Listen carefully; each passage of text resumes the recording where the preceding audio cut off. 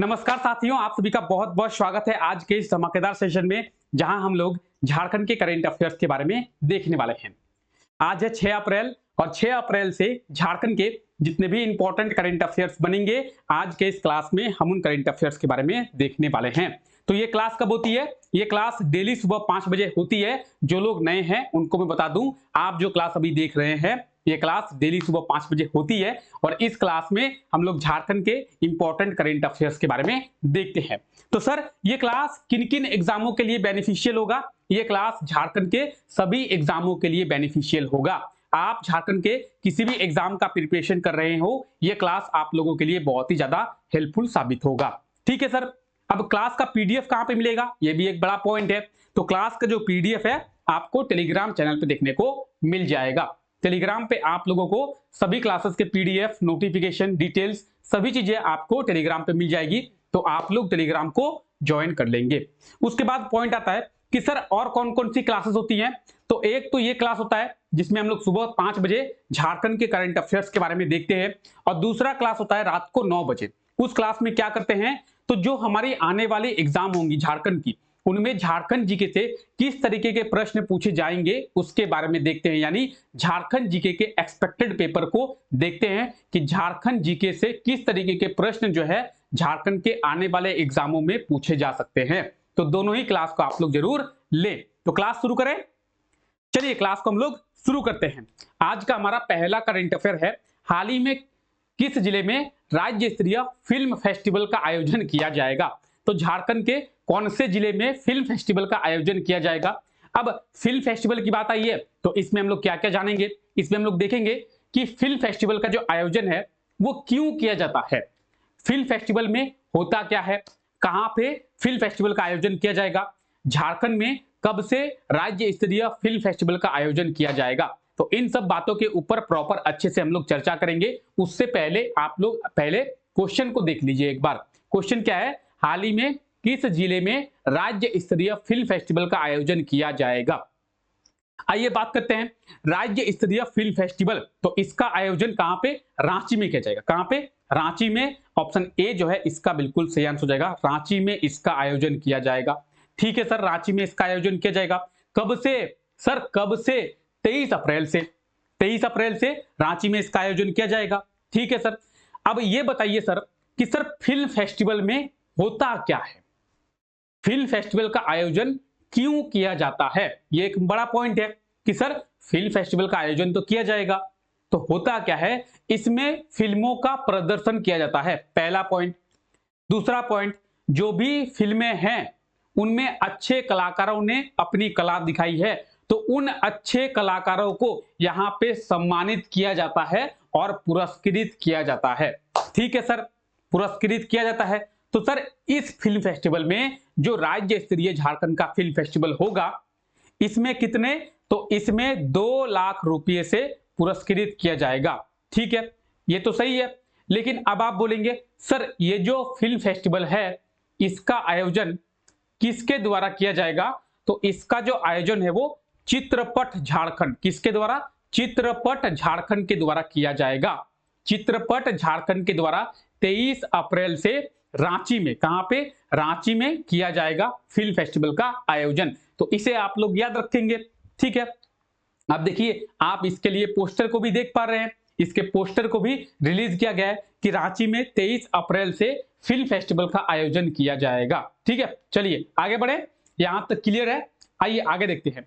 अगला हमारा current affair है, वर्ष 2023 में 22-23 में, यानी फाइनेंशियल ईयर वित्त वर्ष 2022-23 में झारखंड के रेवेन्यू डिपार्टमेंट को शराब से कितना रेवेन्यू जो है वो जनरेट हुआ है, मिला है? अब देखिए बहुत ही इंटरेस्टिंग पॉइंट है, आइए समझते हैं। इस वर्ष कहने का मतलब है जो पार हुआ, ये तो भी आया ही नहीं है। तो इस वर्ष यानी फाइनेंशियल ईयर 2022-23 में, एक साल की बात यहां पे बोली जा रही है, 22-23। ठीक है, मार्च टू मार्च। ठीक है, मार्च 2022 से लेकर मार्च 2023 तक एक साल में, उसे हम लोग फाइनेंशियल ईयर 2022-23 कहेंगे। तो उस एक साल में झारखंड के लोगों ने रिकॉर्ड तोड़ शराब जो है वो पी लिया है। ये आज का हमारा पॉइंट है कि झारखंड के लोगों ने अब तक सबसे रिकॉर्ड तोड़ शराब पिया है और शराब के सारे रिकॉर्ड जो है अब तक तोड़ दिए हैं झारखंड के लोगों ने। आइए क्या है समझते हैं।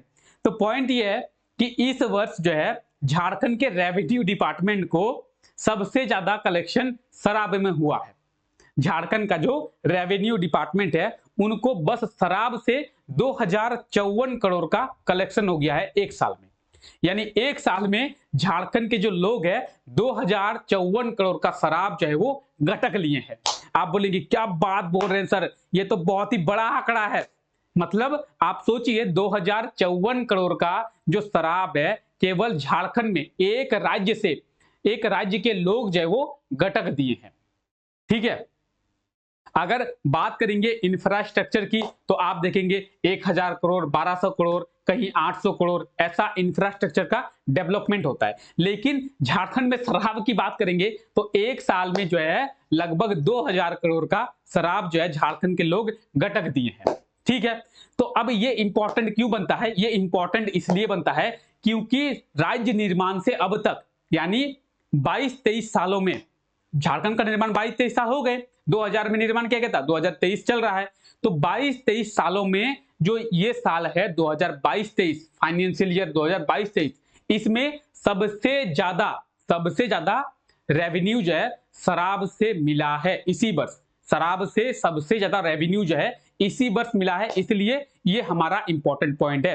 तो झारखंड का जो रेवेन्यू डिपार्टमेंट है वो भी हिल गया है और झारखंड के रेवेन्यू डिपार्टमेंट के द्वारा ये कहा जा रहा है कि अब जो है झारखंड में धड़ल्ले से शराब बेचेंगे और टारगेट जो है 2500 करोड़ का रख दिया गया है।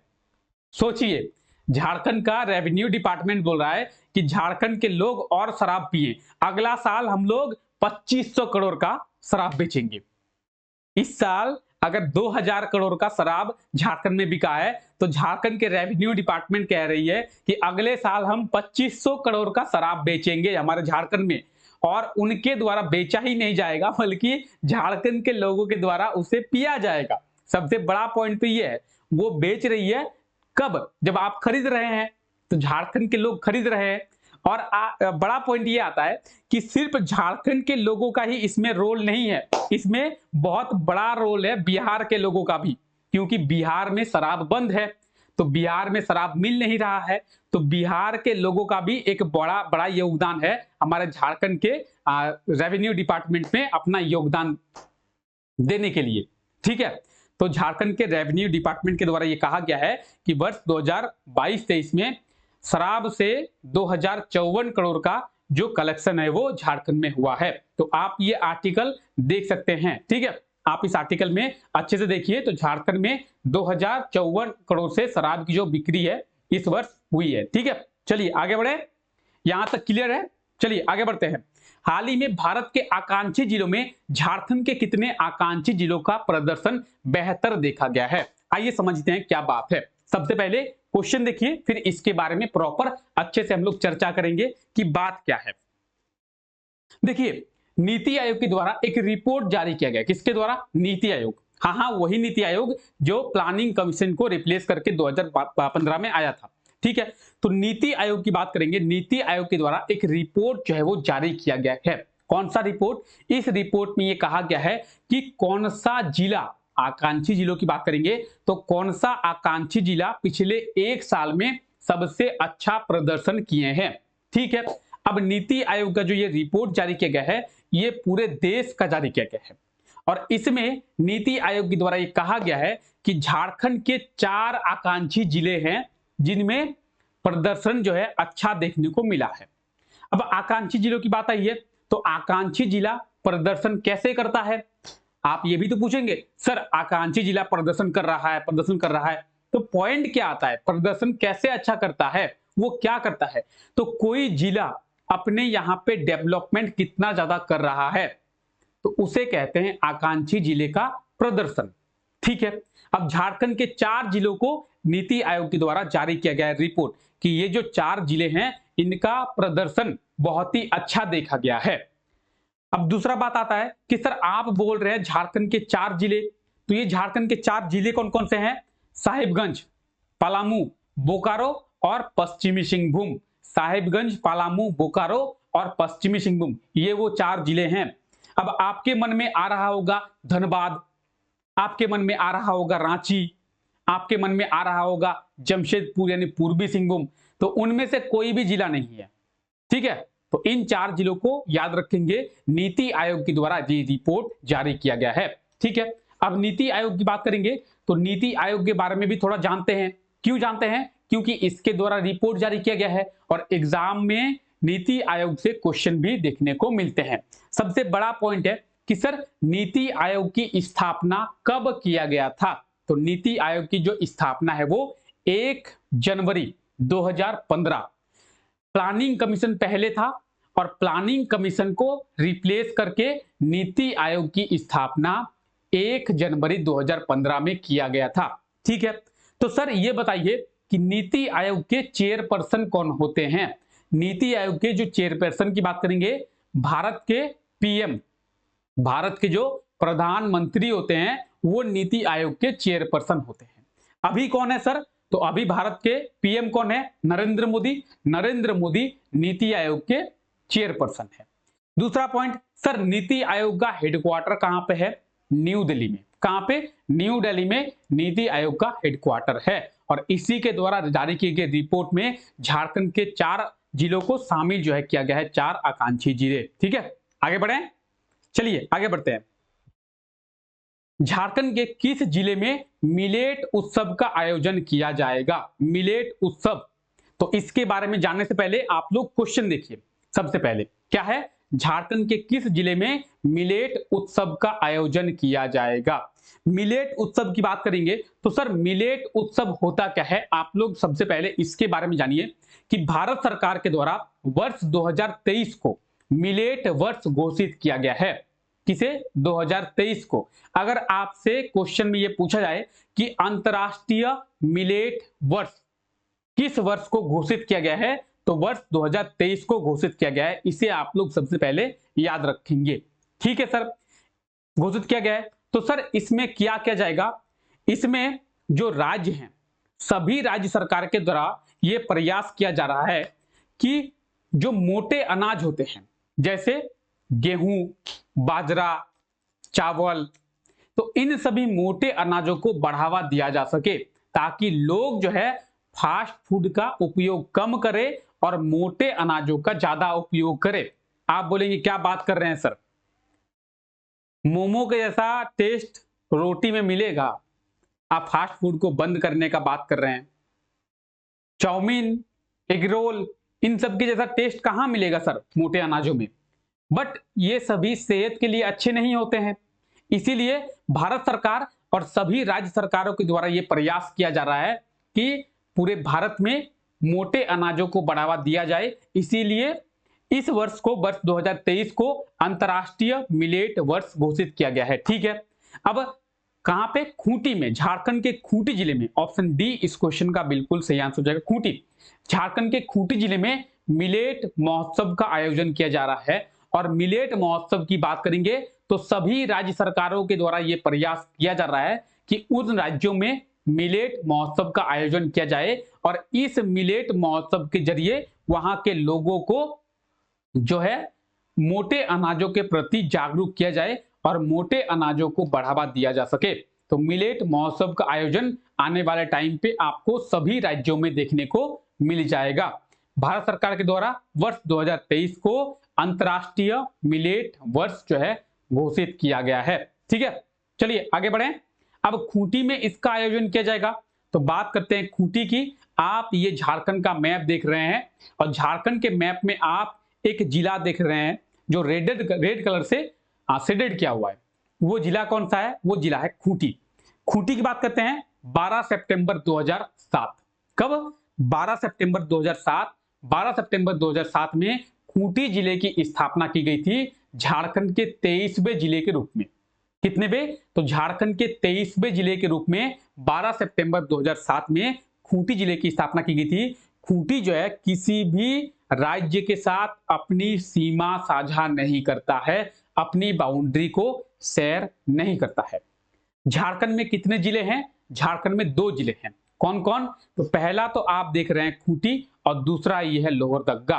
तो खूंटी और लोहरदगा दो ऐसे जिले हैं जो किसी भी अन्य राज्य के साथ अपनी सीमा को साझा ना करके बल्कि झारखंड के जिलों के साथ ही अपनी सीमा को साझा करते हैं। ठीक है, चलिए आगे बढ़ें। चलिए आगे बढ़ते हैं। तो हाल ही में हरियाणा में आयोजित खेलो India national women archery championship में झारखंड के कितने खिलाड़ियों ने पदक जो है प्राप्त किए हैं, इसके बारे में जानेंगे। इसके बारे में जानने से पहले आप लोग सबसे पहले एक बार क्वेश्चन को देख लें। क्वेश्चन क्या है? हाल ही में हरियाणा में आयोजित खेलो India national women archery championship में झारखंड के कितने खिलाड़ियों ने पदक जो है प्राप्त किए हैं। बात करेंगे खेलो India national women archery championship की, तो हरियाणा के सोनीपत में, कहां पे? हरियाणा के सोनीपत में इसका आयोजन किया गया था। ठीक है सर, इसका आयोजन किया गया था सोनीपत में। तो इस प्रतियोगिता में झारखंड के दो खिलाड़ियों ने पदक प्राप्त किए हैं। दोनों खिलाड़ियों में से एक खिलाड़ी ने गोल्ड मेडल और दूसरे खिलाड़ी ने सिल्वर मेडल जो है प्राप्त किया है। दीप्ति कुमारी रांची की रहने वाली है और आर्चरी प्लेयर है, इन्होंने गोल्ड मेडल प्राप्त किया है। और बात करेंगे अंकिता भगत की, तो ये जमशेदपुर की रहने वाली है और अंकिता भगत ने सिल्वर मेडल प्राप्त किया है। तो झारखंड के दो खिलाड़ी, ऑप्शन ए जो है इसका बिल्कुल सही आंसर हो जाएगा। तो कहां पे इसका आयोजन किया गया था? हरियाणा के सोनीपत पे इसका आयोजन किया गया था, जिसमें झारखंड के दो खिलाड़ियों ने पदक प्राप्त किया है। दो खिलाड़ियों ने, दीप्ति कुमारी रांची की रहने वाली है, इन्होंने गोल्ड मेडल, जमशेदपुर की रहने वाली है अंकिता भगत, इन्होंने सिल्वर मेडल जो है प्राप्त किया है। अब देखिए आर्चरी चैंपियनशिप में होता क्या है, यह भी एक पॉइंट आता है कि सर आर्चरी चैंपियनशिप में होता क्या है। तो आर्चरी चैंपियनशिप में आपको तीर धनुष दिया जाता है और तीर धनुष को आपको निशाना लगाना होता है। ठीक है सर, किस तरीके से? तो कुछ इस तरीके से तीर धनुष के हेल्प से आपको निशाना लगाना होता है। ये कौन है सर? ये है दीप्ति कुमारी, जिन्होंने गोल्ड मेडल प्राप्त किया है। और ये आप देख रहे हैं दीप्ति कुमारी को उनके गोल्ड मेडल के साथ में। ठीक है, अब यहां पे आपको दो प्लेयर देख रहे होंगे और दोनों ही झारखंड के प्लेयर हैं। कौन कौन है? पहला है अंकिता और दूसरा है दीप्ति। दीप्ति की बात करेंगे, इन्होंने गोल्ड मेडल प्राप्त किया है, इसीलिए इन्हें 5 लाख की पुरस्कार राशि से सम्मानित किया गया है।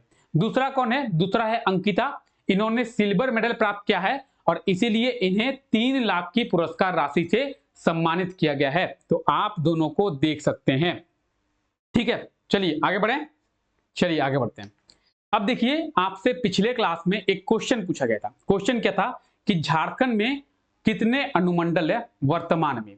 तो वर्तमान में झारखंड में 45 अनुमंडल है। कितने? 45 अनुमंडल है। ऑप्शन डी इसका बिल्कुल सही आंसर हो जाएगा। और आज के लिए आपका क्वेश्चन है, हाल ही में न्यूज़पेपर इंडियन एक्सप्रेस के द्वारा झारखंड के किस व्यक्ति को भारत के 100 शक्तिशाली व्यक्तियों की सूची में शामिल जो है किया गया है? तो क्या सही आंसर होगा? इंडियन एक्सप्रेस के द्वारा झारखंड के किस व्यक्ति को भारत के 100 शक्तिशाली व्यक्तियों की सूची में शामिल किया गया है? तो जो भी इसका सही आंसर होगा आप लोग कमेंट करके बताएंगे और उसके बारे में आप लोग डिटेल में जरूर लिखेंगे। तो चलिए फिलहाल आज के लिए हम लोग इतना ही रखते हैं। आई होप कि आपको ये क्लास अच्छा लगा होगा। अगर आपको ये क्लास अच्छा लगा है तो क्लास को लाइक कर दे और चैनल पे अगर आप लोग पहली बार विजिट किए हैं तो चैनल को सब्सक्राइब जरूर कर दे।